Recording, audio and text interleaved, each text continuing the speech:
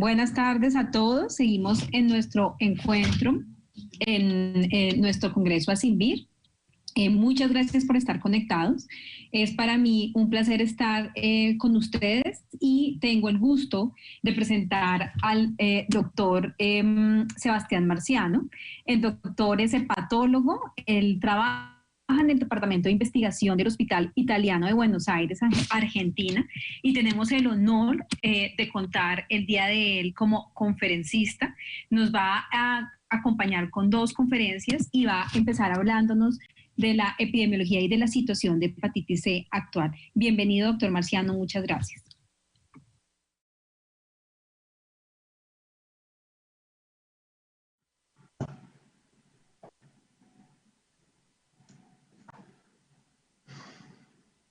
¿Qué tal? Buenas. Yo estoy para presentar, perdón, que no estoy viendo nada del otro lado y es la primera presentación.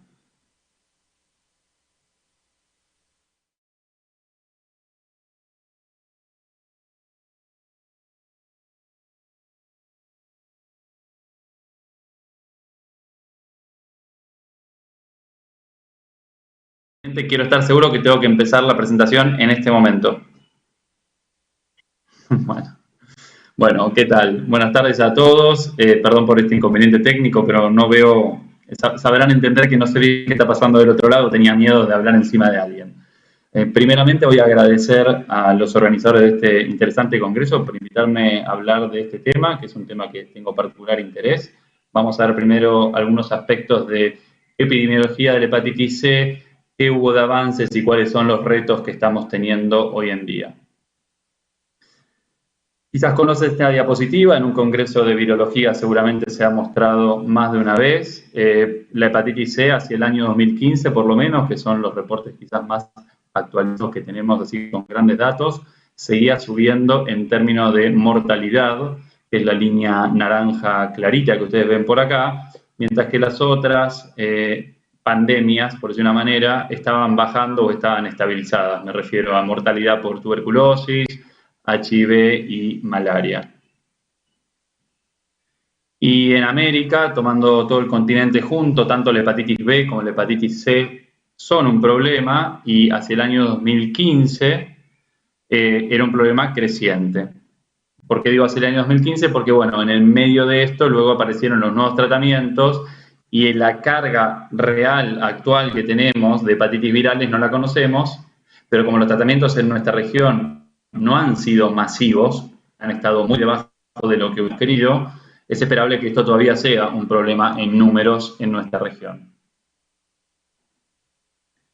Con todo esto, la Organización Mundial de la Salud propuso 2 metas hacia el año 2030, que es obtener un 90% de reducción en las nuevas infecciones y un 65% en la reducción de las muertes por hepatitis virales. Estamos a poquito tiempo de esto para hacer algo tan ambicioso, por más que parezca mucho el número, 2030. ¿Y cómo uno logra distintas metas? Hay varias estrategias, pero yo me quiero enfocar quizás en estas, que son las más desafiantes y donde más podemos actuar. Tenemos que lograr diagnosticar al menos a la mitad de las personas que viven con hepatitis B o C. Y fíjense, no es tan ambiciosa la meta, está diciendo solo a la mitad de las personas. Así que imagínense la cantidad de gente que debe vivir con hepatitis B o C sin saberlo para que la meta sea lograr un 50% de diagnóstico y no más que eso. Y lo mismo en tratamiento. El tratamiento no es extremadamente ambicioso. Estamos hablando de tratar al 75% de esos que diagnostiquemos. Creemos que si esto lo logramos, vamos a ir camino hacia esas metas. Pero si uno mira lo que estaba pasando y lo que probablemente esté pasando todavía en nuestra región, de todos los infectados con hepatitis C, que es esta columna de acá, que la ven en distintos colores según qué región del mundo sea, nosotros somos este componente en naranja, de todos los infectados, una proporción muy baja está diagnosticada en cada una de estas regiones. Y más preocupante aún, en el 2015, esta rayita casi incuantificable que está por acá abajo, es la cantidad de personas que estaban diagnosticadas y tratadas. Con lo cual, ahí hay un gran lugar para mejorar en todos estos aspectos. Ahora, los puntos claves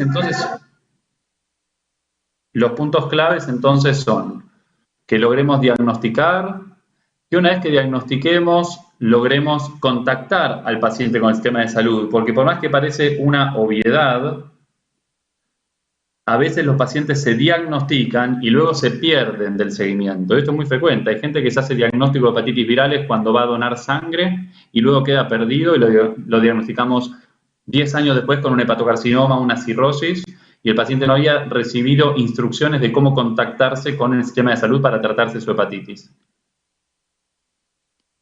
Diagnosticar es muy fácil. La verdad que esto lo voy a decir simplemente para mostrar lo fácil que es. Ante un paciente que tiene anticuerpos anti-C positivos, la propuesta es hacer una carga viral que si confirma el diagnóstico, si es positiva, confirma el diagnóstico. Y en los casos que es negativa la carga viral, se repite habitualmente la carga viral a los 3 meses, donde si es positiva lo confirma y si es negativa lo descarta. Y tenemos algunas alternativas que pueden ser interesantes en nuestra región, que por un tema de costos no dispongamos de carga viral en todas las provincias o estados de nuestros países más pobres, quizás que los que hacen las recomendaciones. Y entonces existe una alternativa que es el antígeno core de hepatitis C o la PCR cualitativa, que podrían reemplazar a la carga viral con tal de ayudar a diagnosticar. Pero la verdad que esto no es un problema. Diagnosticar, cuando tenemos la persona enfrente, es fácil. El problema es que poca gente se somete al principio de ese algoritmo diagnóstico, que sería cuando quiero hacerlo de los anticuerpos. Entonces nosotros sabemos quiénes son los que tienen más riesgo de tener hepatitis C. Aquellos que usaron drogas endovenosas, algunas en la vida, o tuvieron procedimientos invasivos como recibir sangre, los que tienen sexo no seguro, aquellos niños que nacen de madres infectadas, o aquellos que usan drogas. Pero cuando uno quiere que el médico de primera línea de atención, o sea, aquel médico que conoce al paciente por un control de salud o que lo ven en una guardia de emergencias un día porque tiene un politraumatismo o lo que sea, interrogue además de si la atención que motivó esa consulta amerita testearse para hepatitis C, es demasiado pedirle a la primera línea de médicos de atención. Y es por eso que nunca se hizo y es por eso que la mayoría de los médicos no testean en primera línea para hepatitis B o C. Distinto es quizás para HIV. Está en la jerga de la propia persona y de la población muchas veces ir a pedir el test de HIV o de enfermedades no infecciosas también, como puede ser los pacientes que van y piden el chequeo de la próstata o los que piden el control de la tiroides. Pero es raro, y les diría que es muy frecuente, que a una persona directamente vaya y le diga al médico me quiero chequear para hepatitis B o hepatitis C. Y por eso es que tenemos este gran gap de subdiagnóstico en esta población.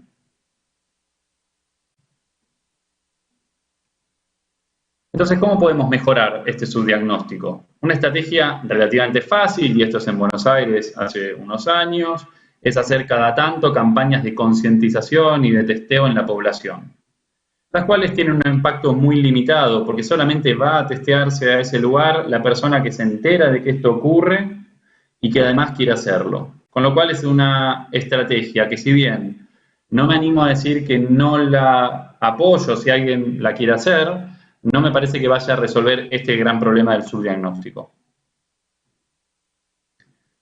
Entonces, por ejemplo, el Ministerio de Salud de nuestro país lo que hizo fue hacer una campaña más masiva y que sea una recomendación directamente del Ministerio con llegada a todo tipo de personas, personas jóvenes que están multiconectadas en las redes, personas grandes que solo leen el diario, personas sin acceso a información, como puede ser en barrios pobres de nuestro país, donde la propuesta es llevarle a la población que se testeen al menos una vez en la vida los adultos. Y esto parece quizás un poco mucho, pero como no podemos entender bien quiénes son las personas que están infectadas, porque no recuerdan el antecedente o porque no lo declaran, parecería ser una salida, al menos teóricamente, buena para romper este subdiagnóstico. La otra forma es llevar esto a los no especialistas, es decir, nosotros que desde la clínica o desde el laboratorio estamos detrás de los virus, trabajemos y eduquemos a los otros médicos y otros actores del sistema de salud para que ellos sepan que esta enfermedad es importante, que hay una meta planteada por la Organización Mundial de la Salud y que tenemos que tomar un rol todos en esto.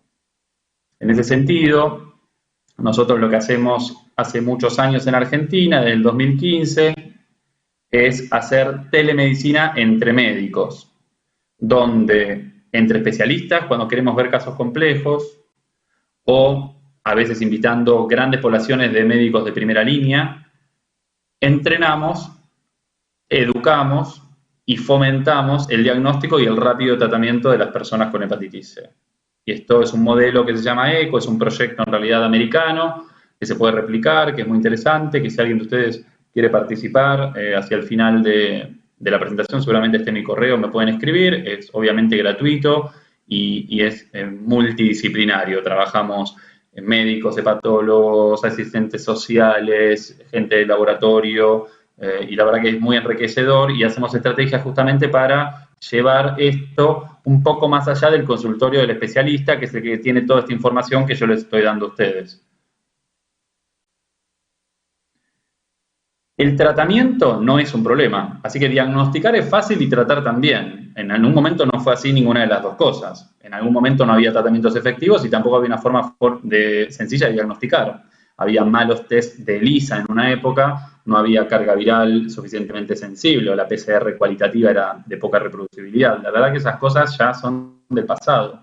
Si uno agarra el 100% de los pacientes que quiere tratar hoy en día, siendo pesimistas, uno cura al 95%. Así que no podemos hablar de que hay un tema de tratamiento. Y cuando estamos hablando de curación, como van a ver en la presentación siguiente, estamos hablando de hacer tratamientos de entre 8 y 12 semanas y curar una enfermedad que era crónica. Es como que de un día para el otro salga un tratamiento para la diabetes o la hipertensión y los pacientes tomen 8 o 12 semanas de alguna droga y se curen la diabetes o la hipertensión.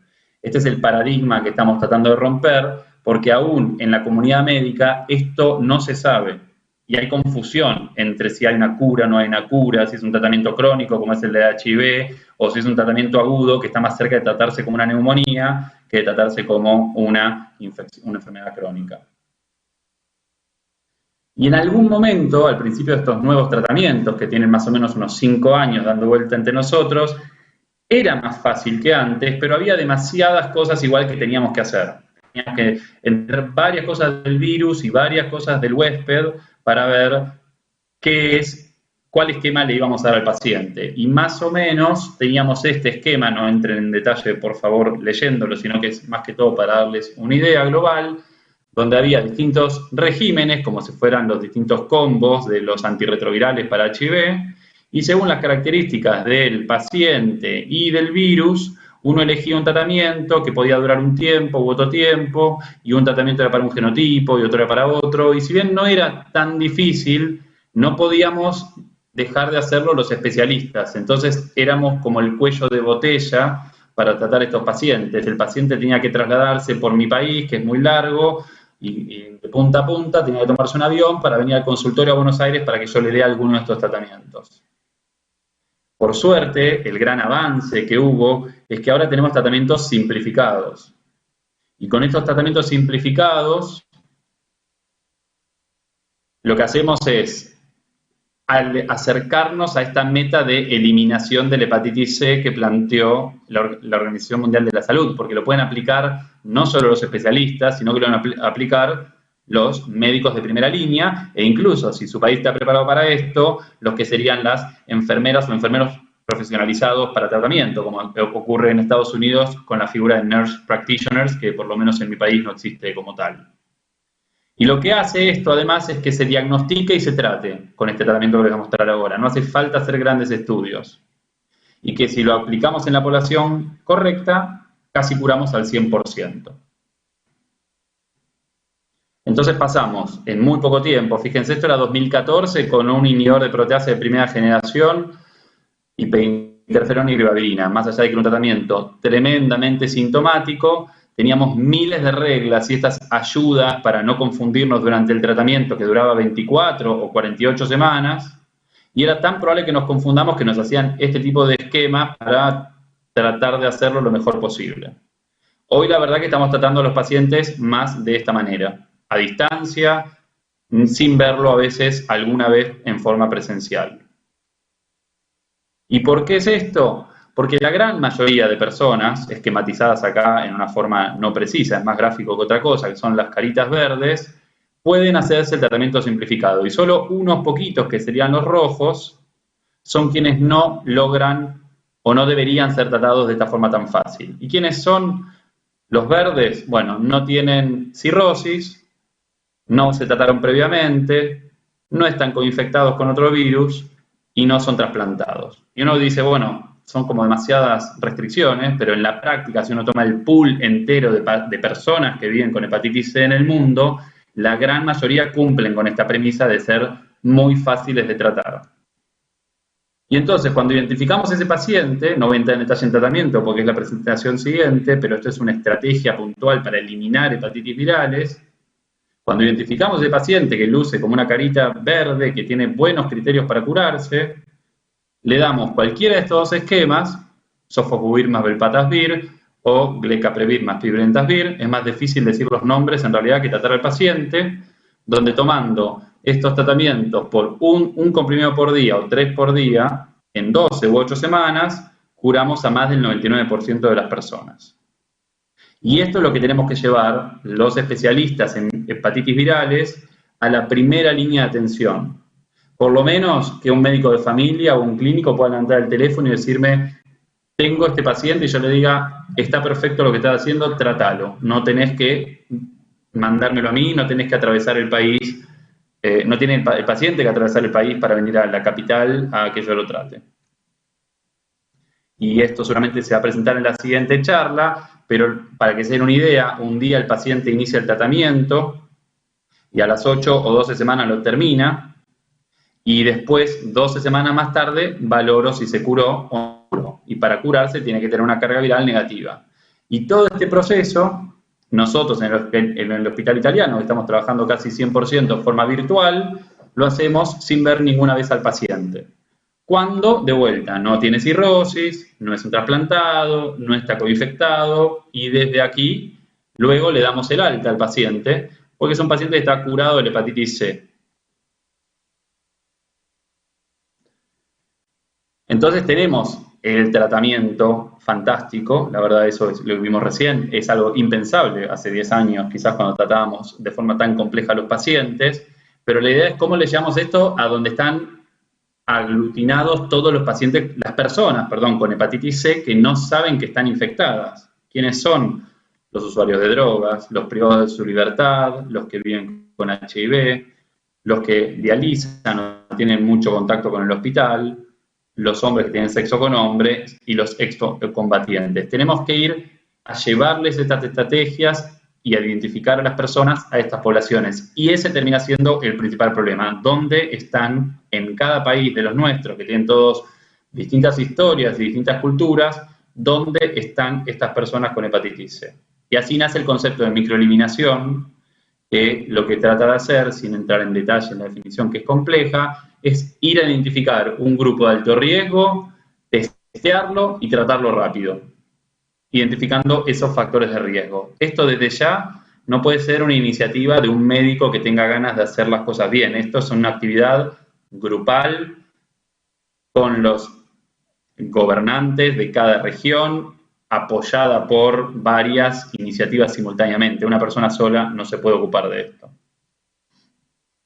Y esto tuvo muy buenas experiencias en muchos lugares. Aquí hay un ejemplo, por ejemplo, de una camioneta que iba y buscaba gente que usaba drogas endovenosas, y mientras los educaban de cómo usar las drogas de forma lo más segura posible o de recuperarse, se los trataba con para la hepatitis C con un tratamiento sencillo, y la curación fue altísima. Y lo mismo pasó con experiencias múltiples que hay en los que están privados de su libertad, donde distintas estrategias se llevan directamente a la cárcel sin que la persona tenga que cambiar su rutina diaria, sin que tenga que salir para hacerse estudios complejos, que era uno de los principales motivos por los cuales esta población no se trataba previamente.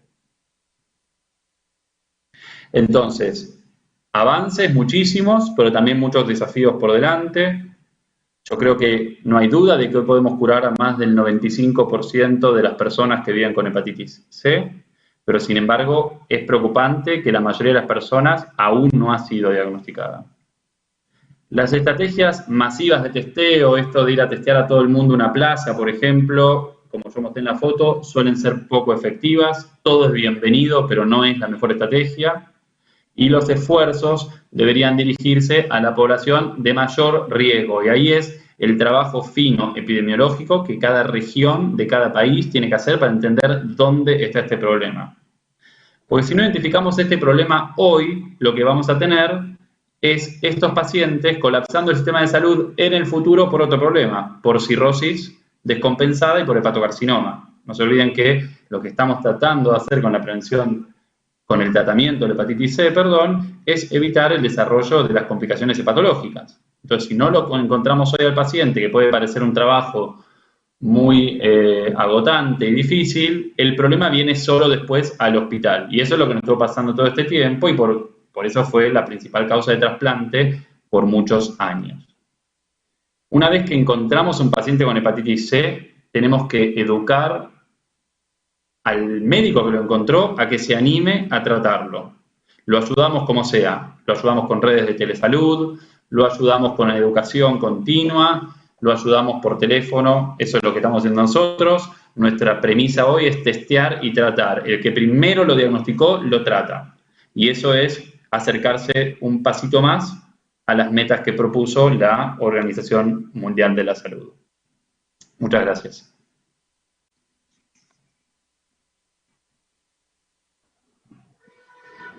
Doctor Gracias. Doctor Henry, ¿cómo ha estado? Buenas tardes. Doctor Sebastián, muchas gracias. Excelente conferencia. Realmente nos llama la atención acerca de la importancia de estar tamizando, de pensar en hepatitis C. Nos hacía un ejemplo muy interesante con VIH, a pesar de que nosotros seguimos trabajando en que incluso más personas se hagan pruebas para VIH. Usted claramente nos decía cómo esto es aún más grave con hepatitis C y tenemos todavía una gran cantidad de personas sin diagnosticar. Entonces creo que ese es uno de nuestros principales objetivos en el país y en Latinoamérica y en el mundo, teniendo unos medicamentos altamente efectivos, y adicionalmente pues nos mostraba diferentes estrategias para hacer esto realidad. Muchísimas gracias. Doctor Mendoza, bienvenido. Sí, el doctor Marciano, muchísimas gracias por su presentación, excelente, muy ilustrativa con respecto a exactamente lo que está sucediendo en la región. Y hay aspectos fundamentales en esto y por acá estamos tratando de contestar, de hacerle una pregunta que nos están enviando que tiene que ver con si vamos a quedar definitivamente con un tratamiento pangenotípico como único esquema o qué es lo que va a suceder con estas otras alternativas que las diferentes organizaciones están haciéndonos llegar. Cuéntenos cuál, ¿sí vamos a quedar un solo esquema? Pregunta que nos hacen los... A ver, acá hay muchos actores que son los que terminan determinando cuál es el tratamiento que queda como primera línea para cualquier enfermedad. Ustedes saben que hay conflicto de interés en cada punto de la cadena donde uno va a seleccionar un tratamiento. Si ustedes me preguntan a mí, si yo fuera el presidente de un país y tuviera que tomar, o el ministro de Salud, diría que voy a buscar un único esquema altísimamente potente, pangenotípico y panfibrótico, y que voy a hacer una compra masiva de esa medicación a quien me la dé más barata y que voy a tratar con eso a todas las personas. Porque si no, no hay forma de llegar a un tratamiento simplificado. Sin duda, los tratamientos que eran más complicados se fueron cayendo naturalmente en el camino. Y la verdad que hoy los más especializados en esto, yo elijo, si puedo elegir del menú, el tratamiento que es más cómodo, que para el paciente tiene menos controles, que no tengo que pensar si lleva 12 o 16 semanas, y entonces de eso se trata un poco el tratamiento simplificado. Si son 2, bienvenido. Que cabalguen estos 2 tratamientos está perfecto, los que yo mostré, porque son los que hacen que la gente no tenga que genotipificarse antes de tratarse. Estos tratamientos estoy yendo de la confirmación del diagnóstico con carga viral al tratamiento directamente. Y saltar el genotipo parece un análisis de laboratorio, pero ustedes lo sabrán muy bien. En nuestro país durante muchos años, la principal limitación para que los pacientes se traten era contar con un genotipo actualizado y de calidad. Y entonces eso era un gran problema para nosotros y queda resuelto con esto. Así que yo pienso que lo que sea mejor para eliminar la hepatitis C, y estoy seguro que cuanto menos opciones haya, mejor uno puede negociar con quien lo vende. Y entonces esa es mi opinión. Listo, doctor, muchísimas gracias. Doctora Sandra, ¿estamos listos? Entonces, bueno, doctor Sebastián, muchísimas gracias por acompañarnos desde la Asociación Colombiana de Infectología. Un abrazo inmenso y esperemos que nos podamos ver prontamente. Muchas gracias. Prontito. Si la doctora Sandra tiene alguna pregunta que le haya llegado. No, preguntas adicionales. Entonces, exacto, en aras del tiempo.